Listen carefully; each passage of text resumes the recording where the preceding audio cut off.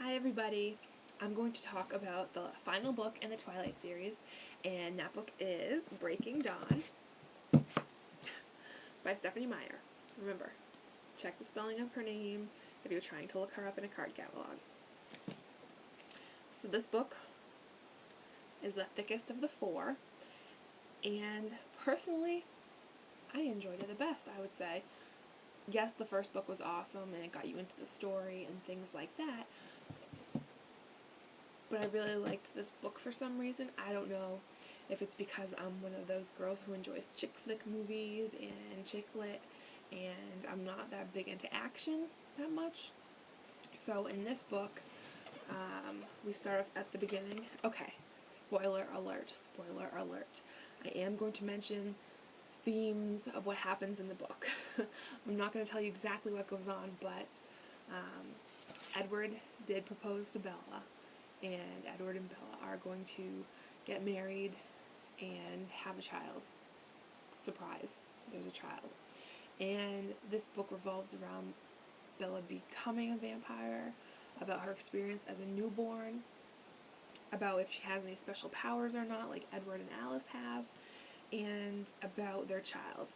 And Edward and Bella creating a child, and whether or not it's human or not.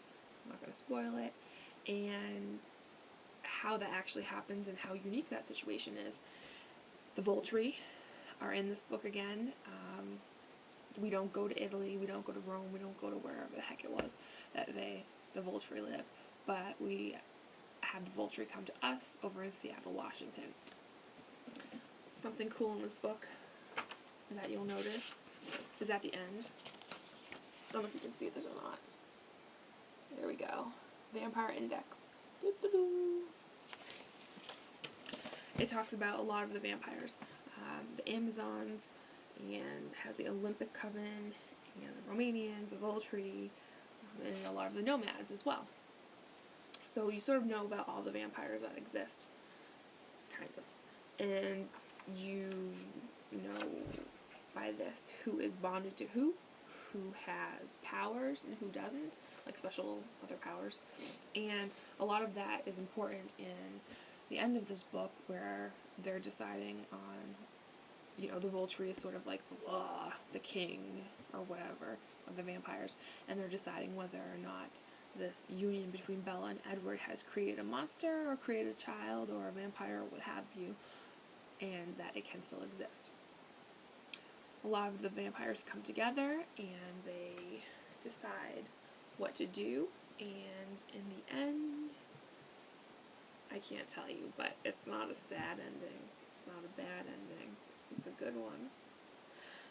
It's kind of mushy-gushy sex, not like gratuitous sex scenes, but how do you think Bella and Edward made the baby? So it sort of all revolves more around a romantic relationship between Edward and Bella and her becoming a vampire.